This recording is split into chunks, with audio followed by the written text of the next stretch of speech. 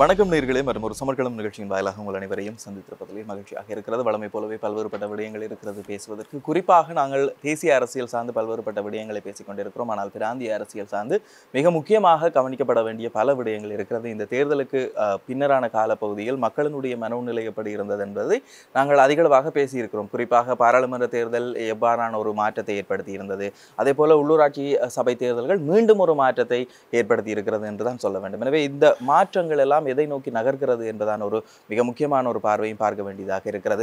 இதை தாண்டி இன்னும் ஒரு புறத்திலே குறிப்பாக வடக்கு கிழக்கு பிராந்தியத்திலே இருக்கின்ற தமிழ் தேசிய கட்சிகளினுடைய ஒற்றுமை வலியுறுத்தப்பட்டு கொண்டிருக்கிறது. ஆனாலும் கூட ஒற்றுமை வலியுறுத்தப்பட்டு கொண்டிருக்கிற அதே நேரத்திலே வலியுறுத்தப்பட்டு கொண்டிருக்கிற அமைப்புகளாலே அந்த ஒற்றுமை குழப்பப்பட்டு கொண்டிருக்கிறதா என்பதான கேள்விகளும் எழுந்து கொண்டுதான் இருக்கிறது. எனவே அது குறித்தும் நிறைய விடயங்கள் பேச வேண்டும். அதற்காகத்தான் இன்றைய தினம் நாங்கள் நிகழ்ச்சிக்கு ஒருவரை அழைத்து வந்திருக்கிறோம். பெரிய அறிமுகங்கள் எல்லாம் தேவையில்லை. பரபரப்பாக இயங்கக்கூடிய ஒருவராகத்தான் இருக்கிறார். ஒரு இளம் ஆளுமையாக நாடாளுமன்றத்தில் இருக்கின்றார். அதிலும் குறிப்பாக தமிழ் தேசியம் சார்ந்து அதிகளவாக பேசக்கூடிய ஒருவராகத்தான் இருக்கிறார். அவரை தான் நிகழ்ச்சிக்கு அழைத்து வந்திருக்கிறோம். நாடாளுமன்ற உறுப்பினர் சாணக்கியன் அவர்கள் இணைந்திருக்கிறார். வரவேற்றுக் கொள்ளலாம். வணக்கம். வணக்கம் தர்ஷன். ஆதவநேயர்களுக்கும் வணக்கம். குறிப்பாக நான் ஆரம்பத்திலே சொன்னதிலிருந்தே நான் ஆரம்பிக்கலாம் என்று நினைக்கின்றேன். இந்த தமிழ் தேசிய கட்சிகளினுடைய ஒற்றுமை என்று பார்க்கின்ற வேளையிலே பல்வேறு கட்டங்களிலும் தமிழ் தேசியம் சார்ந்து பேசுகின்றவர்கள் ஒன்றாக பேசுவது வழமையாக இருக்கிறது. ஆனால் குறிப்பாக ஏதாவது ஒரு இடத்திலே நாங்கள் செம்மணி இந்த புதைகுழி போராட்டத்தை எடுத்துக்கொள்ளலாம். இந்த போராட்டத்தில் கலந்து கொள்ள வந்த ஏனைய கட்சிகள் ஒரு சிலரால் அந்த போராட்டத்தில் கலந்து கொள்ள வேண்டாம் என்று விரட்டப்பட்ட சம்பவங்களை எல்லாம் பார்க்கிறோம். குறிப்பாக தமிழ் தேசியம் பேசுகின்ற கட்சிகளை சார்ந்தவர்களையே அவர்கள் விரட்டின ஒரு சம்பவமும் இருந்திருக்கிறது. இந்த விடயங்களை எல்லாம் எப்படி பார்க்கிறீர்கள்? நன்றி. ஆதவன் நேயர்களுக்கு சமகால அரசியல் தொடர்பாக கருத்தில் வழங்குவதற்கு இந்த வாய்ப்பை ஏற்படுத்தி தந்ததுக்கு. உண்மையிலே தர்ஷிகன், இந்த உள்ளூராட்சி மன்ற தேர்தலுக்கு பிறகு தமிழ் தேசிய கட்சிகளுக்கு இடையிலே ஒற்றுமை என்பதையும் தாண்டி தமிழ் கட்சியுடைய ஒற்றுமை என்றது, அதாவது தமிழ் பேசும் கட்சியுடைய ஒற்றுமை என்றது முக்கியமான ஒரு விடயமாக வந்துடுது. அதே நான் சொல்கிறேன் என்று சொன்னால், குறிப்பாக யாழ் தேர்தல் மாவட்டத்தை தவிர்த்து ஏனைய 4 தேர்தல் மாவட்டங்களையும் தமிழ் தேசிய கட்சிகள் மாத்திரம் ஒன்றிணைந்து ஆட்சி அமைச்சிக்கக்கூடிய ஒரு சூழல் இல்லை.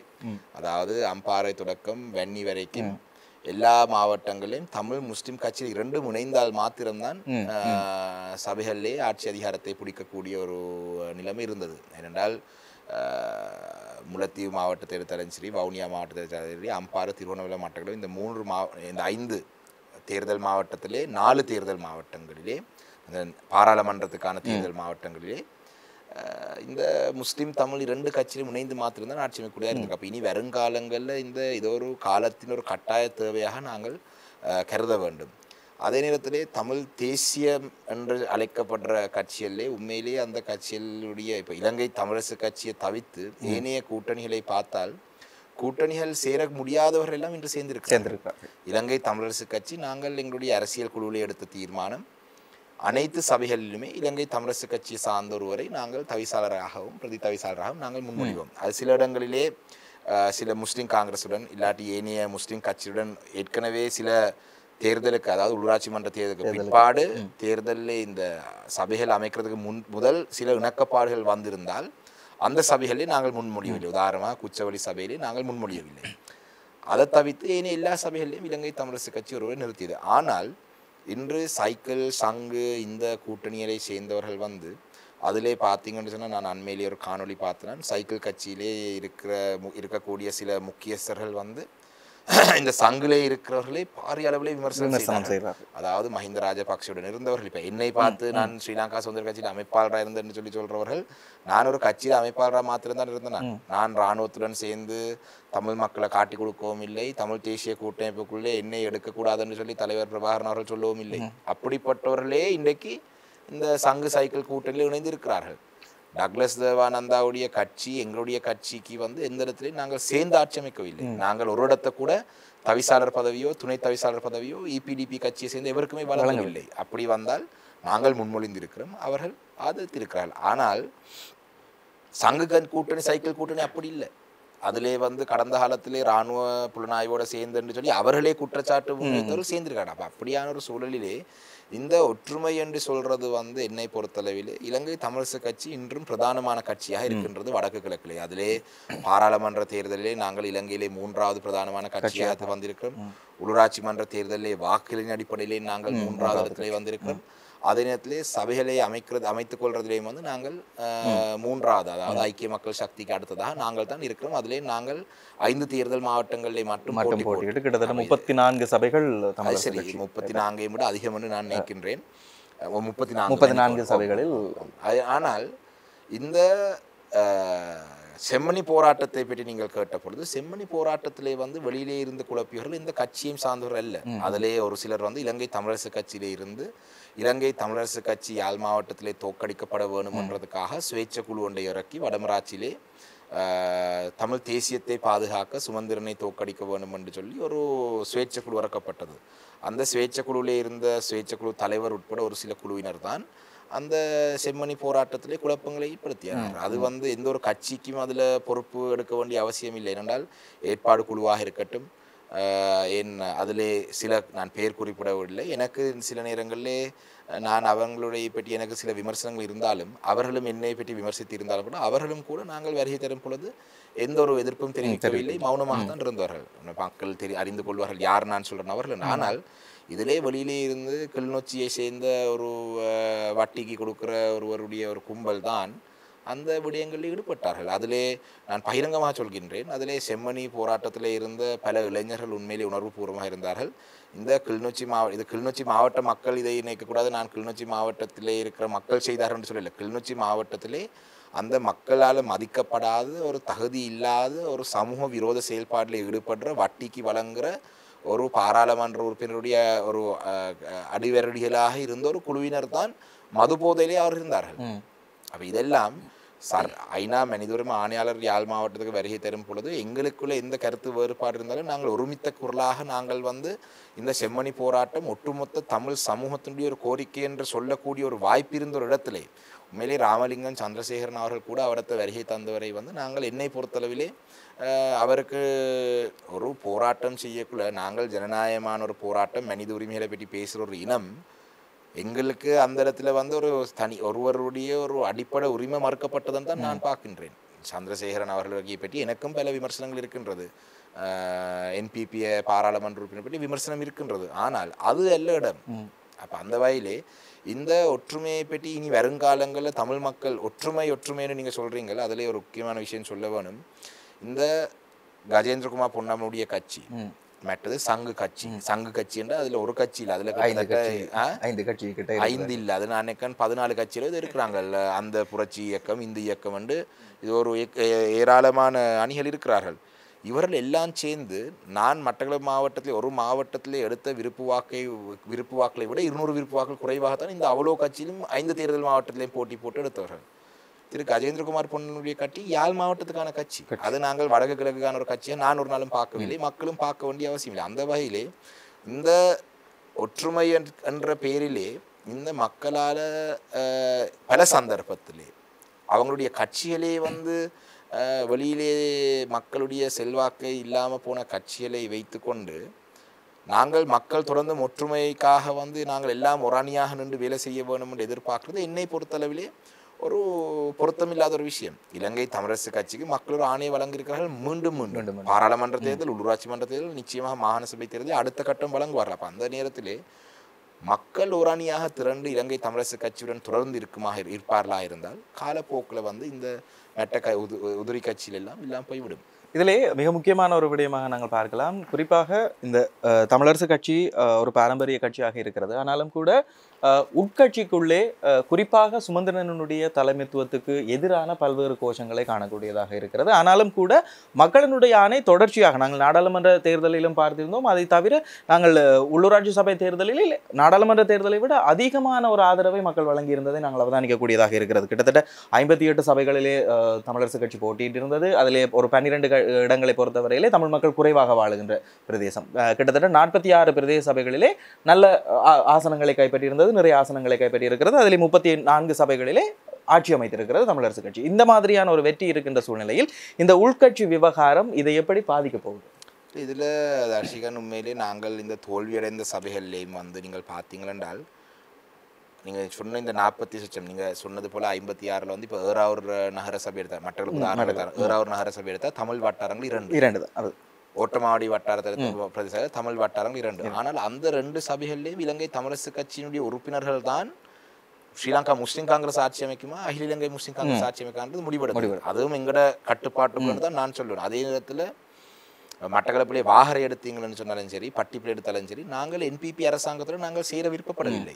இப்போ சங்கு சைக்கிள் கூட்டணி எவ்வாறு மாந்த பிரதேச சபையில் வைஸ் சேர்மன் பதவியை என்பிபிக்கு கொடுத்திருக்கிறார்களோ, அதே நேரத்தில் சங்கு சைக்கிள் கூட்டணி சில சபைகளிலே வந்து என்பிபியினுடைய ஆதரவு எடுத்ததோ, அதே போல இலங்கை தமிழரசு கட்சி நேர்த்திருந்தால் இந்த ஏனைய சபைகளையும் கையில் எடுத்திருக்கலாம்.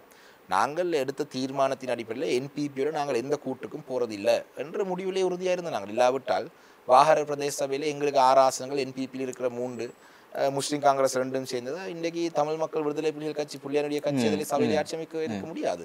நாங்கள் பகிரங்க என்பிபியில் இருந்து அமைப்பாளர் கேட்டவர், எங்களுக்கு நீங்கள் ஒன்றுமே தர தேவையில்லை, சில இடங்களில் சொன்னால் ஒன்றுமே தர தேவையில்லை, ஆனால் நாங்கள் இந்த பங்கீடுகளிலே நீங்கள் பங்காளியாக எடுத்துக்கொள்ளுங்க, நாங்களும் உங்களோட சேர்ந்து. நாங்கள் சொன்ன இல்லை, நாங்கள் ஒரு நிலப்பாடு எடுத்திருக்கிறோம், என்பிபியுடன் நாங்கள் சேர்வதில்லை, அதிலே நாங்கள் உறுதியாக இருந்தோம். ஆனால் இந்த சங்கு கூட்டணி சைக்கிள் கூட்டணி வந்து அந்த எந்த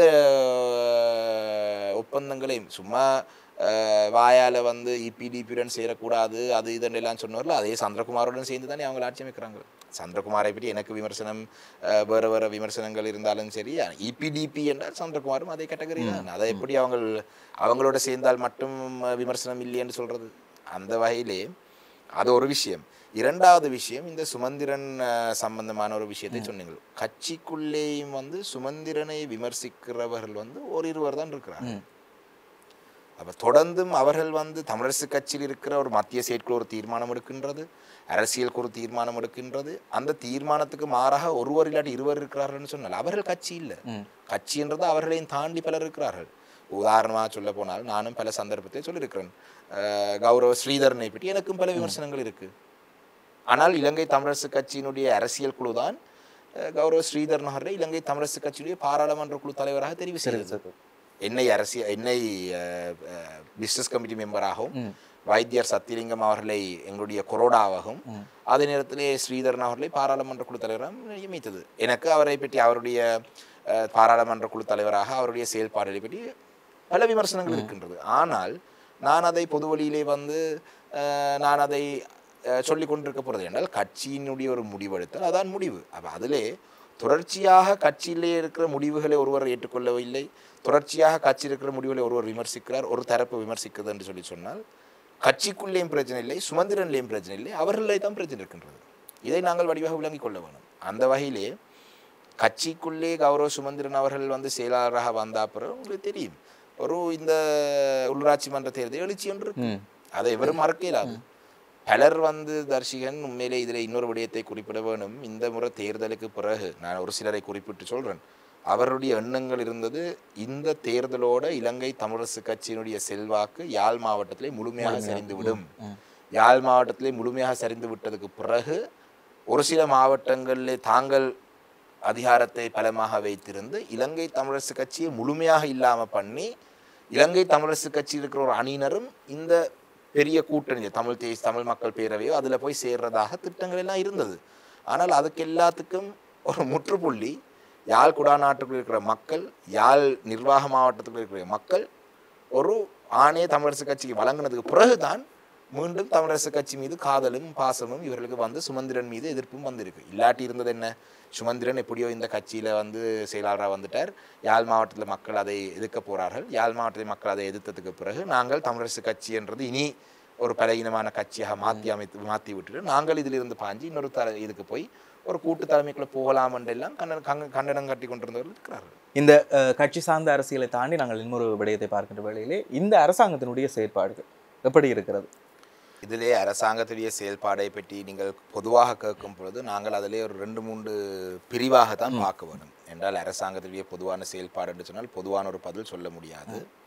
அரசாங்கத்தினுடைய தமிழ் மக்களுடைய விவகாரங்களை பற்றி செயல்பாடை பார்த்தால் பூஜ்ஜியம் என்று தான் சொல்ல வேண்டும். அதாவது ஏனைய அரசாங்கங்கள் தரிசியன் கடந்த காலத்திலே நான் பாராளுமன்ற உறுப்பினராக தெரிவு செய்யப்படுறதுக்கு முன்பாக இருந்து மஹிந்த ராஜபக்ஷ, மைத்ரிபால சிறிசேன, கோட்டாபே ராஜபக்ஷ, ரணில் விக்ரமசிங்க, இப்போ அன்றகுமார திசாநாயகன், இப்படி பல அரசாங்கத்தினுடன் செயல்பாடுகளை அவதானித்த ஒருவர் என்ற அடிப்படையிலே மஹிந்த ராஜபக்ஷ தரப்பை பொறுத்தளவிலே நான் அந்த ஒரு கட்சியினுடைய அமைப்பாளர் இருந்தது. எல்லாரும் அது ஒளிச்சி மறைக்கிறதுக்கு ஒன்றும் இல்லை. அது இப்போ இங்கேயும் அந்த விஷயத்தை பெருசாக 15 வருஷத்துக்கு எழுதி கொண்டிருக்கிறாங்க. அந்த கட்சியை பொறுத்தளவிலே அவர்கள் நேரடியாக வந்து தமிழ் மக்களுக்கு விரோதமான செயல்பாடுகளில் ஈடுபடுறார்கள்ன்றது எனக்கு புரிந்து கொள்ளக்கூடியதாக இருந்தது. மைத்ரிபால சிறிசேன அரசாங்கத்தினுடைய காலப்பகுதியிலுமே ரணில் மைத்ரிபால சிறிசேன அரசாங்கத்திலே அந்த ஆரம்ப கட்டத்திலே வந்து கொஞ்சம் நேர்மையாக சில விடயங்களை செய்கிறதுக்கு வழிகிட்டாலும் கூட அதிலே பிற்காலத்திலே ரணில் மைத்ரிகளில் வந்த ஒரு அதிகார போட்டியின் காரணமாக எங்களுடைய விஷயங்கள் அடிபட்டு போனது. கோட்டாபே ராஜபக்சனுடைய அரசாங்கத்திலே நேரடியாக சொன்னார்கள், நாங்கள் தமிழ் மக்களுக்கு எதிரானவர்கள். அதாவது மஹிந்த ராஜபக்ச காலத்திலேயாவது அவர் ஒரு அரசியல்வாதி என்றதின் அடிப்படையிலே சில நாடகங்களையாவது அரங்கேற்றினார். ஆனால் கோட்டா வந்து நேரடியாக சொன்னார், நான் மானசபை இல்லாமல் செய்ய போகிறேன், இந்த நாட்டிலே அதிகார பகிர்வு இல்லை, ஐநா விசாரணைகளுக்கு நாங்கள் ஆதரவு அளிக்க போகிறதில்லை, அதை நாங்கள் எதிர்க்க போகிறோம். ரணில் விக்ரமசிங்க அரசாங்கத்திலே உண்மையிலே சில வாக்குறுதிகள் வழங்கப்பட்டாலும் கூட பொருளாதார நெருக்கடி, IMF ஒப்பந்தம், அந்த விடயங்களிலே கூடிய கவனம் அவருடைய கவனத்தில் அந்த அரசாங்கத்திலே கவனம் போனதால் எங்களுடைய விஷயங்கள் உண்மையிலே பல விடயங்களுக்கு உண்மையிலே தாசியன் அந்த ரணில் விக்ரமசிங்க அரசாங்கத்திலே நாங்கள் காணியிலே ஃபாரஸ்ட் காணி, வைல்ட் லைஃப் காணி, தொல்பொருள் காணி, இராணுவ முகங்கள், இப்படி ஒன்றுக்கும் நாங்கள் ஒரு வேலை திட்டங்களை ரணில் ஒரு 13 அம்சங்களை வைத்து பேச்சுவார்த்தையிலே ஒரு மாதம் பேசுவார். அதிலே ஒரு ப்ரோக்ரஸ் ஒன்று வரும், இறுதி முடிவு வரல, ஆனால் ஒரு ப்ரோக்ரஸ் ஒன்று வந்து கொண்டே இருந்தது. ஆனால் ஒன்றும் நடைமுறைக்கு வரக்கூடியதாக இல்லை. ஆனால் இந்த அரசாங்கத்தை பொறுத்தளவிலே தமிழ் மக்களுடைய வாக்குகளையும் பாராளுமன்ற தேர்தலில் எடுத்து மட்டக்களப்பை தவிர்த்து ஏனைய மாவட்டங்களிலே தமிழ் பாராளுமன்ற உறுப்பினர்களையும் வைத்து இன்றைக்கு பார்த்தீங்கன்னு சொன்னால் கிராம அபிவிருத்தி சங்கங்களை தாங்கள் கைக்குள்ளே எடுக்க வேண்டும் என்ற அளவுக்கு வேகமாக வேலை செய்கிறதுக்கு யோசிக்கிறாங்களே. ஏனென்றால் அவர்கள் சொல்கிறது உண்டு, செய்கிறது உண்டு. நடிகர்கள் என்று தான் நான் சொல்லுவேன். ஒரு மஹிந்த ராஜபக்சையும் தாண்டிய மோசமான இனவாதிகள் நடிகர்கள் தான் நான் சொல்லுவேன். ஏனென்றால் அண்மையிலே ஐநா மனித உரிமை ஆணையாளர் யாழ் மாவட்டத்துக்கு வந்த பிறகு அவர் என்னிடம் சொன்னார், இந்த அரசாங்கத்தின் காலப்பகுதியிலே அவர்கள் எல்லாத்துக்கும் இணங்குறாங்க எங்களுடன் பேசும் பொழுது என்று சொல்கிறார். அப்போ நான் சொன்னேன், அப்படி தான் இணங்குவாங்க, ஆனால் செய்ய மாட்டார்கள். நீங்கள் கால அவகாசங்களை அவர்களுக்கு வழங்குவீங்கள், அவர்கள் செய்ய மாட்டார்கள். நல்ல காலம் சுமந்திரன் பாராளுமன்றத்தில் இல்லை, இல்லாட்டி ஐநா மனித உரிமை ஆணையாளர் சுமந்திரன் தான் அவரை தீர்மானிக்கணும்னு சொல்லுவார்கள், இல்லாட்டி சம்பந்தன் ஐயா தான் இதுக்கு புள்ளி என்று சொல்லியிருப்பார், அவர் உயிரோடு இருந்திருந்தார். ஆனால் இப்போ விளங்குது, கடந்த காலத்திலே ஐநாவுடன் பேசக்கூடாது என்று சொன்னவர்கள்லாம் இன்றைக்கு ஐநாவினுடைய அண்டை சந்திப்பிலே அதிலே வந்த ஒருவர் சொன்னார், நாங்கள் எங்களுடைய மக்களுடைய கண்ணீரை உங்களுடைய காலடியிலே காணிக்கையாக வைக்கிறோம். இது உண்மையாக ஐநா மனித உரிமையாளர்கள் கண்ணீரை காணிக்கையாக காலடியிலே வைத்து நாங்கள் லொஜிக்காக தான் கயக்க வேணும். அவரிடம் சொல்ல வேண்டிய விஷயங்கள் நாங்கள் சொன்னால் பாதுகாப்பு சபைக்கு அனுப்புங்கள், ஐநாவினுடைய மெட்ட UN ஜெனரல் அசெம்பிளி மெட்ட பொடிகளுக்கு அனுப்புங்கள், இலங்கை அரசாங்கத்துக்கு ஒரு கடுமையான சில சில சில சில நிபந்தனைகளை அழுத்தங்களை கொடுக்க வேண்டும் என்றெல்லாம் பல விஷயங்களை சொன்னாங்க. ஆனால் NPP அரசாங்கத்தை பொறுத்தவரை தமிழ் மக்களுடைய விடயங்களே காணி விடுவிப்பிலே பூஜ்ஜியம், மயிலிட்டி பலாலியிலே போராட்டம் நடக்குது, மட்டக்களப்பு மயிலத்தமடு மாதவனை வர்த்தமானி மூலம் அறிவிக்கிறதுக்கான எந்த நடவடிக்கையும் பேச்சுவார்த்தையில் இருக்கு. ஒவ்வொரு மாவட்டத்திலையும் பேசுறது, இராணுவ முகாம்கள் விடுவிப்பை பற்றி இன்னொரு அடுத்த அமைச்சரவை நான் என்றால் பாதுகாப்பு அமைச்சருடைய ஆலோசனை குழு கூட்டத்திலே ஒரு குழுவினே ஒரு உறுப்பினர் என்ற வகையிலே ஒவ்வொரு பாதுகாப்பு அமைச்சனுடைய கூட்டத்திலே நான் அன்றகுமார் திசாநாயக பாதுகாப்பு அமைச்சர் என்ற வகையிலே பேசுறது, பேசி பேசி பேசி பேசி கடைசியாக சொல்லியிருக்காரு அடுத்த பாதுகாப்பு அமைச்சனுடைய ஆலோசனை கூட்டத்துக்கிடையிலே நீங்கள் ஒரு முன்னேற்றம் காணலாம்னு சொல்லியிருக்காரு. காணி விஷயங்கள்ல எந்த முன்னுதாரணமான செயல்பாடும் இல்லை. அதையும் தாண்டி காணிகளை பறிக்கிறார்கள். இப்போ நேற்று விவசாய அமைச்சினுடைய ராஜாங்க அமைச்சர் பிரதி அமைச்சர் வவுனியாலே சொல்லியிருக்கார், சுமந்திரன் அவர்கள் இந்த காணி அபகரிப்புக்கு எதிரான வழக்கை வைத்து வடமாகாணத்திலே ஒட்டுமொத்தமாக ஆயிரக்கணக்கான ஏக்கர்கள் காணிகளை அரசாங்கம் மீள எடுக்கிறதை நீதிமன்றத்தினூடாக நிறுத்தியிருந்தாலும் நாங்கள் ஏனைய டிபார்ட்மெண்ட்களை வைத்து நாங்கள் அதை செய்வோம் என்று சொல்லியிருக்கிறார்கள். அப்போ காணி விஷயங்கள்லே பூஜ்ஜியம். எங்களுடைய ஹியூமன் ரைட்ஸ், அதாவது மனித உரிமை மீறல்களை பற்றி ஆராய்ந்து நல்ல செம்மணி விஷயத்தை எடுப்பே ஒரு உதாரணமாக, இந்த செம்மணிலே அடுத்த 2-3 நாட்களுக்குள்ளே மழை வேறுமா இருந்தால் செம்மணி மனித புதகுடிகளுடைய அந்த அகழ்வு பணிகள் நிறுத்தப்படும். நான் இப்போ ஒரு வாரமாக கேட்டுக்கொண்டிருக்கேன். அதுக்கு வந்து நிரந்தரமாக, அதாவது செமி பெர்மனன்ட், நிரந்தரமாக கட்டடம் இல்லை, தகடால நான் அடித்து கொக்கு தொடுவாயிலை செய்த மாதிரி ஒரு பாதுகாப்பான ஒரு இடத்தை செய்தால் தான் தண்ணி அதுக்குள்ளே வந்து அந்த புதக்குழிகளை அகழ்வு பணிகள் நிறுத்தாமல் செய்யலாம். அதுக்கு இது வரைக்கும் எந்த நடவடிக்கையும் இல்லை. சிசிடிவி கேமரா போட்டோம்னு சொன்னால் ஒரே ஒரு கேமரா தான் இருக்கு. அந்த அவ்வளோ பெரிய நிலப்பரப்பை பார்க்கறது சும்மா ஒரு உதாரணம் சொல்லுங்கள். மனித உரிமைகள் மீறப்பட்ட விஷயங்களை பற்றி ஆராயறதுல எந்த முன்னேற்றங்களும் இல்லை. அவர்களும் ஏனைய அரசாங்கங்களைப் போல அரசினுடைய தவறுகளை மூடி மறைக்கிறதுக்கு செயல்படுறார்கள். அதே போல தான் இந்தியாவில் பார்த்தீங்கன்னு சொன்னால் ஈஸ்டர் குண்டுவெடிப்பினுடைய விசாரணைகளை பற்றி எந்த முன்னேற்றமும் இல்லை. அதிலேயே மட்டக்களப்பு மாவட்டத்தில் இருக்கிற தமிழ் மக்களும் கொல்லப்பட்டார், கொழும்பில் இருக்கிற தமிழ் சிங்கள மக்கள் கொல்லப்பட்டனர். அதிலேயும் எந்த முன்னேற்றமும் இல்லை. அதே நேரத்தில் இப்படி தொடர்ச்சியாக மாகாண சபை தேர்தலை பற்றி பார்த்தால் 6 மாதமாக மாகாண சபை தேர்தல் திருத்தத்தை செய்வோம் என்று சொல்லி செய்யாமல் நான் தனிநபர் சட்டம் மூலமாக அதை கொண்டு வந்து 1ஆம் வாசிப்பு முடிந்து இப்போ 2ஆம் வாசிப்புக்கு போகிறதுக்கு கேபினட் அமைச்சருடைய சிபாரிசு வரவனும் ஒரு மாதமாக அதை பற்றி எந்த முன்னேற்றமும் இல்லை. அப்படி பார்த்தால் மாகாண சபை தேர்தல் நடத்துறதையும் அவங்களுக்கு எண்ணம் இல்லை. புதிய அரசியலமைப்பை கொண்டு வருவோம் என்று சொன்னார்கள். புதிய அரசியலமைப்பு 3 வருஷத்துக்கு பிறகு என்று சொன்னார்கள். ஆனால் இன்றைக்கு அரசாங்கத்துடைய தென்னிலங்கையில் இருக்கிற அந்த நிலப்பாடை பார்த்தால் 3 வருஷத்துக்கு பிறகு இந்த அரசாங்கம் இன்னும் பின்னுக்கு தான் போகும். ஏனென்றால் இன்றைய காலப்பகுதி இது இந்த தமிழ் மக்களுடைய பிரச்சனை. அதே நேரத்தில் இந்த ஒட்டுமொத்தமாக ஊழல் மோசடி இல்லாமல் செய்கிறது என்று சொன்ன விடயத்திலையும் கூட ஒவ்வொரு நாளும் ஒரு ஆள் கைது செய்யப்படுறார். மக்கள் பார்க்கும் பொழுது ஒரு மகிழ்ச்சியை மக்களுக்கு வந்து கொண்டு எங்களுக்கும் நல்ல சந்தோஷம். ஊழல்வாதிகளை கைது செய்கிறது நல்ல விஷயம். ஆனால் இவர்கள் ஊழல்வாதிகளை கைது செய்தாலும் கூட இன்றைக்கு வரைக்கும் VFS பாஸ்போர்ட் மோசடியிலே கொள்ளையடித்ததை பற்றி இந்த விசாரணையும் ஆரம்பிக்க. இப்போ இந்த கைதுகள் எல்லாம் 2013, 14, 15 காலப்பகுதியிலே வந்து 12 லட்சம் ரூபா, 10 லட்சம் ரூபா, 5 லட்சம் ரூபா, 2 லட்சம் ரூபா. இவர்கள் சொன்னது போல உகண்டாவிலே மஹிந்த ராஜபக்சவும் அவருடைய சகாக்களும் ஒழித்து வைத்திருக்கிற காசுகளை மீண்டும் கொண்டு வருவதை பற்றி இன்றைக்கு வரைக்கும் ஒரு நடவடிக்கையும் இல்லை. VFS ஸ்கேமை பற்றி இல்லை, தேங்காய் எண்ணெய் இறக்குமதியிலே நடந்த மோசடியை பற்றி இல்லை, சீனி மோசடியை பற்றி இல்லை, எக்ஸ்பிரஸ் கப்பலில் மோசடியை பற்றி இல்லை, ப்ளூ டைமண்ட் கப்பல், இப்படி அடுக்கடுக்காக கடந்த ஒரு 2 வருஷத்துக்குள்ள நடந்த விஷயங்களை சொல்லலாம். அதை பற்றி எந்த நடவடிக்கையும் இல்லை. கொள்ளையடிக்கப்பட்ட நிதியை மீள பெறுவதற்கான சட்டங்கள் இயக்கப்பட்டு 3 மாதங்கள் ஆகின்றது. அந்த சட்டத்தின் கீழே எந்த நடவடிக்கையும் எடுக்கல. அப்போ இன்றைக்கு ஒரு கிளுக்கிழப்பாக இருக்கின்றது என்று சொன்னால் இந்த முன்னாள் அமைச்சர் எல்லாம் இந்த நாட்டிலே ஒரு பெரிய ஒரு பலமாக இருந்தவர்களை லஞ்ச ஊழல் ஆணைக்குழுவால் கைது செய்து நீதிமன்றத்துக்கு முன்னிறுத்தி அவங்களை கைது செய்ப்பார். மர்வின் சில்வா நேற்று புனையிலே வெளியிலே வந்திருக்கிறார். 120 நாள் அவர் ஜெயிலே ரிமாண்ட் காஸ்ட்லி. ஆனால் இதெல்லாம் இன்னொரு 3-4 மாதம் போக மக்கள் கேட்பார்கள். நீங்கள் இவர்கள் பில்லியன் கணக்கில் களவெடுத்தன்னு சொன்னார்கள், லம்போகினி இருக்குன்னு சொன்ன நீங்கள், தங்க குதிரை இருக்குன்னு சொன்ன நீங்கள், இப்படி இருக்குன்றீங்கள், கோடி இந்த நாட்டினுடைய பொருளாதாரத்திலே 50 பில்லியனுக்கு அதிகமான அமெரிக்கன் டாலரை மஹிந்தா களவெடுத்து வச்சுக்க, அதை நாங்கள் கொண்டு வர போகிறோம் என்று சொன்னால் அதிலே இந்த முன்னேற்றம் இல்லாமல் போகும் பொழுது மக்கள் ஒரு 2-3 மாதத்தில் இது ஒரு டெய்லி கைது புன அதே நேரத்தில் கைது செய்யப்பட்டு சிறையிலே இதுவரைக்கும் மஹிந்தானந்த அலுத்கமகையும் நளின் ஃபெர்னாண்டோ வந்து இருவருக்கு மட்டும்தான் தீர்ப்பு வழங்கப்பட்டிருக்கின்றது. அந்த தீர்ப்பையும் பார்த்தீங்கன்னு சொன்னால் மஹிந்தானந்த நளின் ஃபெர்னாண்டோ போன்றவர்கள் கொள்ளையடித்த காசுகளிலே வந்து அந்த காசை மீளெடுப்பதற்கு எந்த நடவடிக்கையும் இல்லை. அப்போ இதெல்லாம் அரசாங்கத்தினுடைய செயல்பாடுகளை பற்றி மக்களுக்கு ஒரு அதிருப்தியை ஏற்படுத்தும். அதே நேரத்தில் மூன்றாவது பார்த்தா பொருளாதாரத்தை கட்டியிருக்கிறது.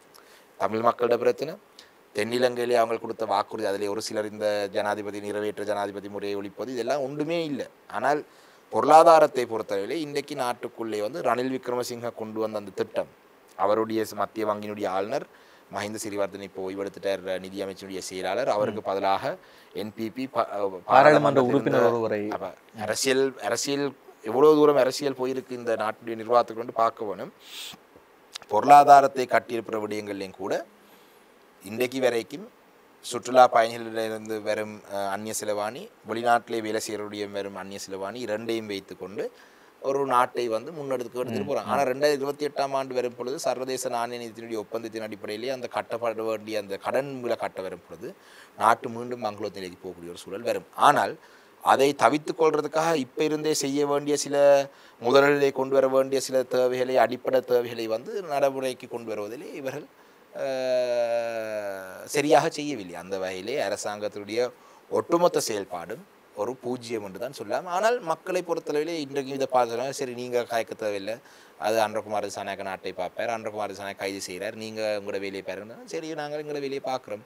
ஆனால் பொறுப்புள்ள பாராளுமன்ற உறுப்பினர் வகையிலே நாட்டு மக்களுக்கு தற்பொழுது நாட்டில் இருக்கிற நிலவரத்தை சொல்ல வேண்டிய கடமை எங்களுக்கு இருக்கின்றது.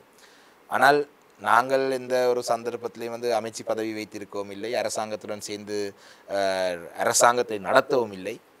நாங்கள் அமைச்சர்களாகவோ அப்படி இருந்தால் தான் அரசாங்கத்தை நடத்தலாம். அந்த வகையிலே நாங்கள் செய்யவில்லை, இவர்களும் செய்யவில்லை என்று ஒருவரும் சொல்லலாது. இலங்கை தமிழரசு கட்சி வந்து எந்த காலப்பகுதியிலையும் வந்து நிறைவேற்ற அதிகார முறையிலே நாங்கள் பங்காளிகளாக இருக்கவில்லை. இதே நேரம் குறிப்பாக நாடாளுமன்ற தேர்தலுக்கு பிறகு குறிப்பாக வடக்கு மாகாணத்திலே எங்களுக்கு தெரியும் வடக்கு மாகாணத்திலே அதிகமான நாடாளுமன்ற உறுப்பினர்களை என்பிபி பெற்றுக்கொண்டது முதல் முறையாக தேசிய அரசாங்கத்திலே அதிகளவான உறுப்பினர்கள் அங்கே வந்தார்கள். அதிலும் குறிப்பாக அவர்கள் வைக்கின்ற ஒரு விடயமாக நாங்கள் பார்க்கக்கூடியதாக இருக்கிறது, சாதிய அரசியலை அவர்கள் முன்னிறுத்துகிறதை நாங்கள் அவதானிக்கக்கூடியதாக இருக்கிறது.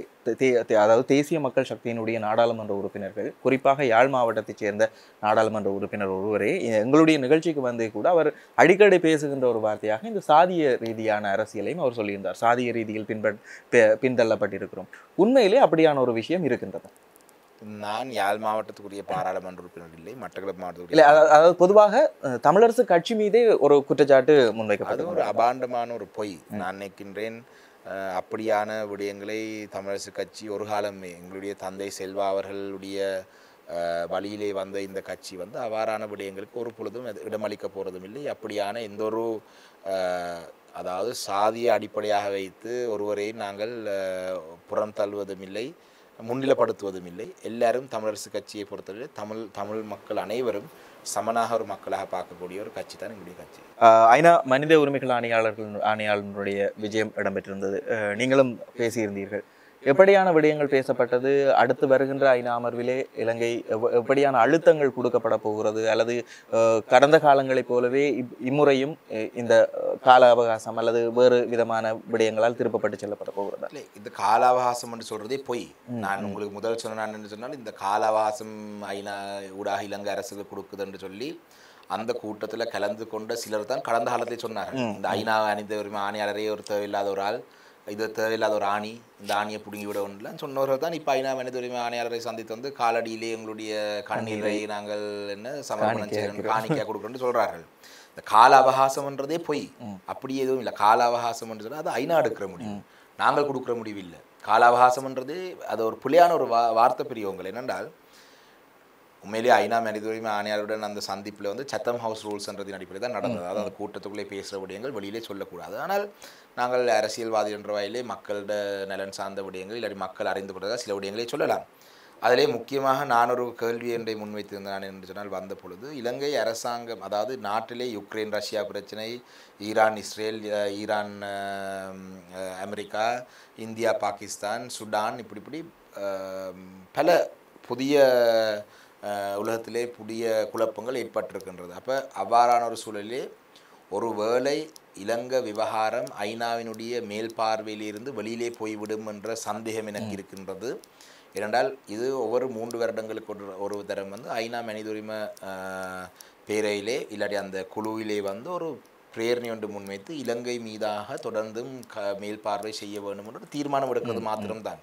முதல்ல என்ன சொன்னார், இது தேவையில்லை, இப்படி ஒன்று தேவையில்லை, ஐசிசிக்கு கொண்டு போங்க என்று சொன்னார். இப்போ சர்வதேச குற்றவியல் நீதிமன்றத்துக்கு நாங்கள் கொண்டு போவோம், எங்களை எம்பி ஆகுங்க என்று சொன்ன கட்சியில் எல்லாம் ஐநா மனித உரிமை ஆணையாரோட சந்திப்பில் நிற்கிறாங்க.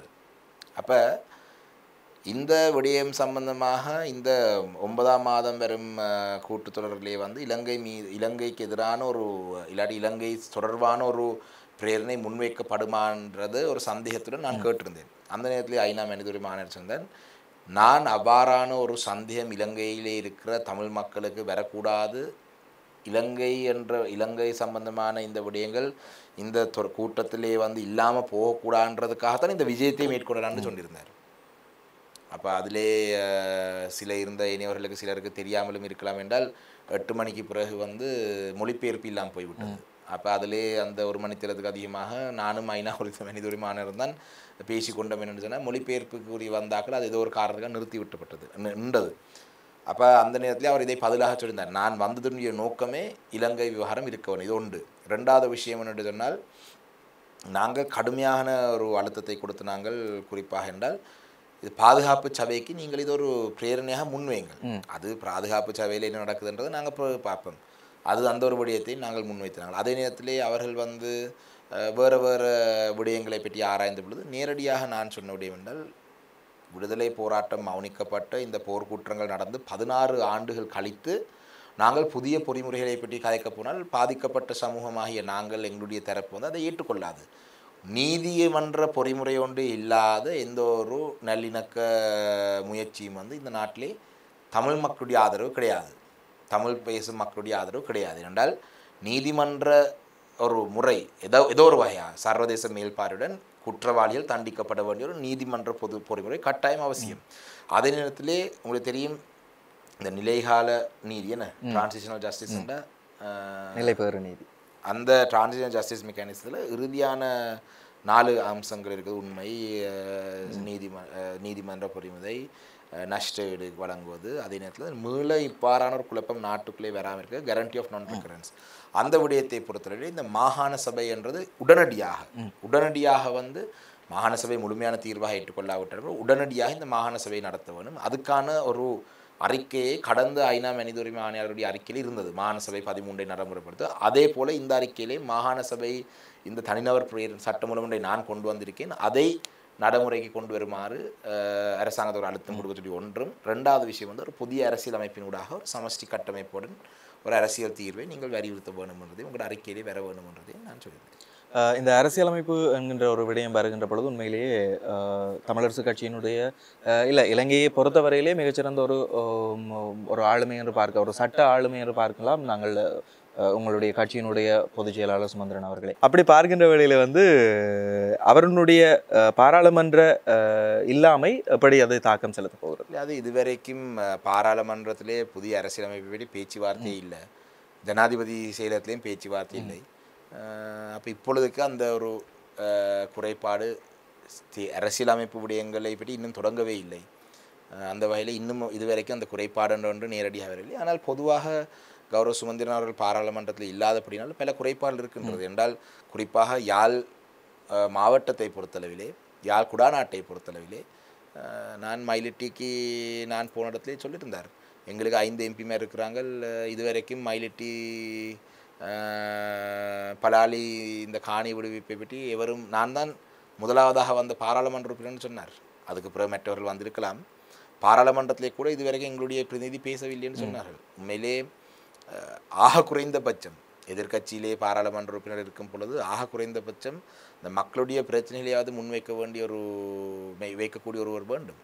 அந்த வகையிலே நான் நினைக்கிறேன் ஒட்டுமொத்த தமிழ் சமூகத்துக்கும் விட யாழ் குடாநாட்டுக்குள்ளே இருக்கிற மக்கள் இதை உணர்வார்கள். சரி, அதே நேரம் இறுதியாக ஒரு கேள்வியோடு நிறைவு செய்யலாம் என்று நினைக்கின்றேன்.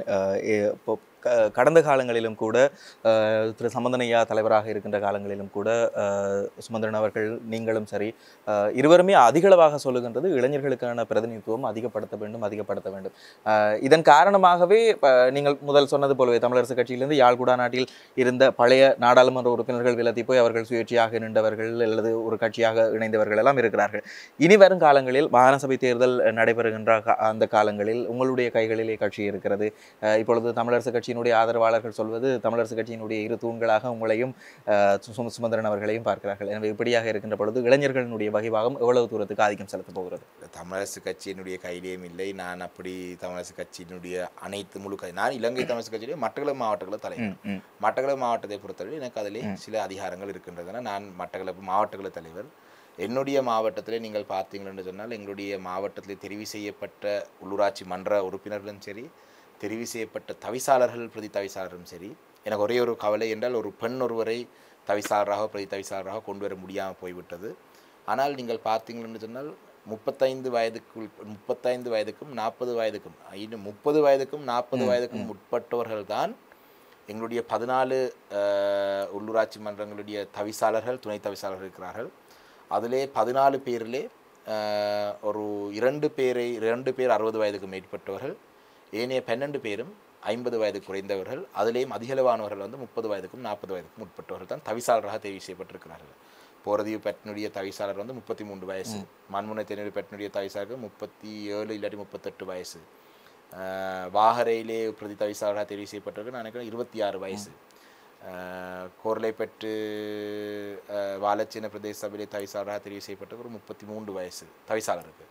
அப்படி நான் சும்மா உதாரணங்களை சொல்கிறேன். மட்டக்களப்பு மாநகர சபையினுடைய பிரதி முதல்வருக்கு நான் நினைக்கிறேன் ஒரு 37 வயசு. இளைஞர்களுக்கு அதாவது உள்ளூராட்சி மன்றங்களிலே இளைஞர்களுக்கு வழங்கக்கூடிய அதிகளவான இடத்தை நாங்கள் வழங்கியிருக்கிறோம். அதே போல தான் மாகாண சபை தேர்தல் நடக்கும் பொழுதும் அதிகளவான இளைஞர்களும் பெண்களுக்கும் அந்த சந்தர்ப்பத்தை வழங்கணும். பெண்களுக்கும் சந்தர்ப்பம் வழங்குறதையும் எங்களுக்கு என்னென்றால் நான் நினைக்கிறேன் மட்டக்களப்பு மாவட்டத்திலே கடந்த பாராளுமன்ற தேர்தலிலே நாங்கள் ஒரு பெண் ஒருவரை முன்னிறுத்துவதற்கு சில நடவடிக்கைகள் எடுத்திருந்த பொழுது கட்சியில் இருக்கிற ஒரு சிலரை அதை குழப்பி விட்டார்கள். அப்போ கட்சி என்றது அரசியல் கட்சி என்றது ஒரு நிறுவனம் நடத்துறது போல இல்லை, எல்லாரையும் அனுசரித்து எல்லாரையும் உள்வாங்கி போக வேணும். அப்போ சிலதுகளிலே வந்து சில குழப்பங்கள் வரும். அந்த வயதில் தொடர்ச்சியாக இளைஞர்களுக்கான வாய்ப்புகள் எனக்கு 34 வயசு என்று சொன்னால் இன்னும் என்னுடைய வயதை சேர்ந்தவர்கள் என்னை விட குறைந்த வயதை சேர்ந்தவர்களும் இந்த கட்சியிலே முன்னெடுக்க இந்த பணிகளை முன்னெடுக்க வேண்டும் என்று நான் எதிர்பார்க்கிறேன். சரி, நிச்சயமாக நிறைய விஷயங்கள் பேசலாம், இன்னும் பேசிக்கொண்டே போகலாம். ஆனால் குறிப்பிட்ட நேரத்துக்குள் நிகழ்ச்சியை நிறைவுக்கு கொண்டு வர வேண்டும் என்பதற்காக நாங்கள் இத்துடன் நிகழ்ச்சியை நிறைவு கொண்டு வருகிறோம். எனவே நன்றி உங்களுடைய நேரத்துக்கும். இந்த வேலைப்பாடுகள் இருந்தாலும் கூட இந்த நேரத்துக்கு எங்களுக்காக வந்து பல விடயங்களை சொல்லியிருந்தீர்கள். இன்னும் நிறைய விடயங்கள் பேசலாம். நாங்கள் தமிழ் தேசியம் சார்ந்தும் இந்த தேசிய அரசியல் சார்ந்தும் நிறைய விடயங்கள் பேசலாம். இன்னும் ஒரு சந்தர்ப்பத்தில் நிறைய விடயங்களை பேசுவோம் என்று சொல்லிக்கொண்டு இந்த நேரத்துக்கு எங்களுடைய நன்றிகளை தெரிவித்துக் நன்றி தர்ஷியன். நான் ஒரு குறைந்த நேரமாக இருந்தாலும் நீங்கள் கேட்க வேண்டிய எல்லா கேள்வியிலையும் கேட்டீங்க. நானும் வேகமாக சொல்லக்கூடிய எல்லா பதிலையும் சொன்னேன் என்றால் இந்த நிகழ்ச்சியினுடைய நேரம் குறைவாக இருந்தாலும் நாங்கள் அதில் உள்ளடக்கம் போதிய அளவு இருக்க வேண்டும்ன்றதுக்கு அந்த வகையிலே உங்களுக்கும் இந்த ஆதவன் நிர்வாகத்தினருக்கும் நன்றி சொல்லி விடைபெறுகிறேன். நன்றி, வணக்கம். நிச்சயமா நிறைய விடயங்கள் பேசலாம், பேசிக்கொண்டே போகலாம். அரசியல் உங்களுக்கு தெரியும், நிறைய விடயங்கள் இருக்கிறது. எனவே தொடர்ச்சியாக சமர்க்களம் நிகழ்ச்சியோடு இணைந்திருங்கள். இன்னும் ஒரு சந்தர்ப்பத்தில் இன்னும் பல விடயங்களோடு அடுத்த சமர்க்களம் நிகழ்ச்சியில் உங்கள் அனைவரையும் சந்திக்கும் வரை உங்களிடமிருந்து அன்பு கலந்த வணக்கங்களுடன் விடைபெற்றுக் கொள்ளும் நான் உங்கள் அன்பின் தர்சிகன் மார்க்கண்டேன். வணக்கம்.